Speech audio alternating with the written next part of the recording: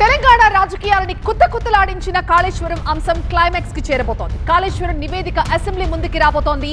ఈ నెల 30 నుంచి తెలంగాణ అసెంబ్లీ సమావేశాలు జరగబోతున్న నేపథ్యంలో 5 రోజుల పాటు అసెంబ్లీ నిర్వహించే అవకాశం ఉన్నట్టుగా తెలుస్తోంది. కాళేశ్వరం కమిషన్ నివేదిక ప్రవేశపెట్టబోతోంది ప్రభుత్వం. ఈ నివేదికపై చర్చించబోతోంది శాసనసభ. ఇటీవల కాళేశ్వరంపై నివేదిక ఇచ్చారు జస్టిస్ పీసీ ఘోష్. కాళేశ్వరం అంశంపై సుదీర్ఘ విచారణ జరిపిన పీసీ ఘోష్ నివేదికని కొట్టేయాలంటూ కేసీఆర్, హరీష్ రావు హైకోర్టుని ఆశ్రయించిన విషయం తెలిసింది. ప్రభుత్వం తమపై చర్యలు తీసుకోబోతోందని పిటిషనర్లు ఆందోళన వ్యక్తం చేశారు. అయితే తొలుత ప్రభుత్వం అసెంబ్లీలో కాళేశ్వరం నివేదికని ప్రవేశపెడుతుందంటూ అడ్వకేట్ జనరల్ హైకోర్టుకు తెలిపారు. తదుపరి చర్యలపై ఆ తర్వాతే ప్రభుత్వం నిర్ణయం తీసుకుంటుందని అడ్వకేట్ జనరల్ హైకోర్టుకు వివరించారు. ఈ నేపథ్యంలో కాళేశ్వరం నివేదికపై చర్చించేందుకు అసెంబ్లీ సమావేశాలని ఫిక్స్ చేశారు.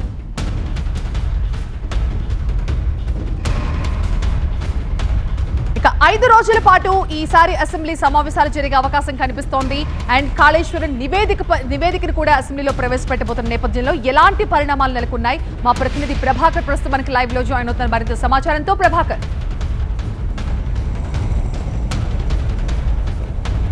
రైట్, ఈ నెల 30 నుంచి అసెంబ్లీ సమావేశాలను ప్రభుత్వం నిర్వహించబోతుంది. ప్రధానంగా ముఖ్యమైన ఎజెండాగా కాళేశ్వర కమిషన్కి సంబంధించిన చర్చ ఉండబోతుంది అనేది ప్రధానంగా తెలుస్తుంది. ప్రభుత్వం కూడా కోర్టుకు చెప్పింది, ముందు నుంచి కూడా చెప్తూ వచ్చింది. 2024 మార్చి 14 కమిషన్ను అపాయింట్ చేశారు. ఈ కమిషన్ లాస్ట్ మంత్ 31న ఈ నివేదికను, పీసీ ఘోష్ కమిషన్ నివేదికను ఇరిగేషన్ ప్రిన్సిపల్ సెక్రటరీగా ఉన్న రాహుల్ బుజ్జాకు ఇచ్చారు. సో ఈ నివేదికలో చాలా అంశాలను పొందుపరిచారు, చాలా అంశాలను యాడ్ చేశారు. సో దానిలో భాగంగా బీఆర్ఎస్కు సంబంధించిన చీఫ్ కేసీఆర్, అట్లాగే హరీష్ రావు, అప్పుడు ఆర్థిక మంత్రిగా పనిచేసిన ఈటల అంశాలను కూడా ప్రస్తావించిన నేపథ్యంలో హరీష్ రావు అట్లాగే కేసీఆర్ ఇద్దరు కూడా కోర్టుకు వెళ్లారు. వేరు పిటిషన్లను దాఖలు చేశారు దీన్ని కొట్టేయాలి అంటూ.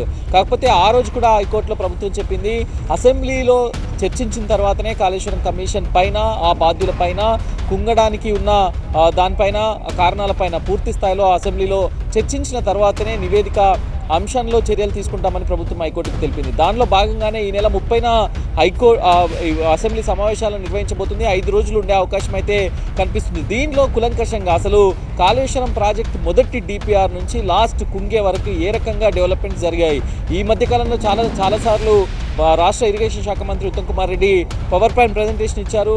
నివేదిక వచ్చిన తర్వాత కూడా ఒక 60 పేజీల 60 స్లైడ్స్తో కూడిన పీపీటీని ఇచ్చారు. సో ఈ పీసీ ఘోష్ నివేదికలో ఏముంది, ఏం చెప్పారు అనే అంశాలను పూర్తి స్థాయిలో అసెంబ్లీ డిస్కస్ చేయనుంది, అసెంబ్లీలో చర్చించుతున్నారు. దాని తర్వాత కాళేశ్వరం కమిషన్ నివేదిక ఆధారంగా దీనిపైన ఎలాంటి చర్యలు ఉండబోతాయనేది కూడా అసెంబ్లీలోనే ప్రకటించనుంది ప్రభుత్వం.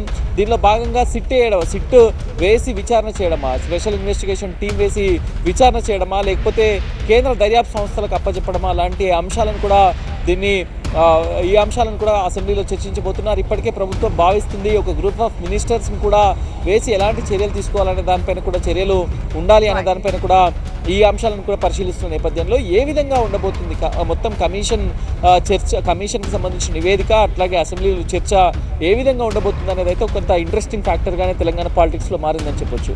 Right Prabhakar, thank you.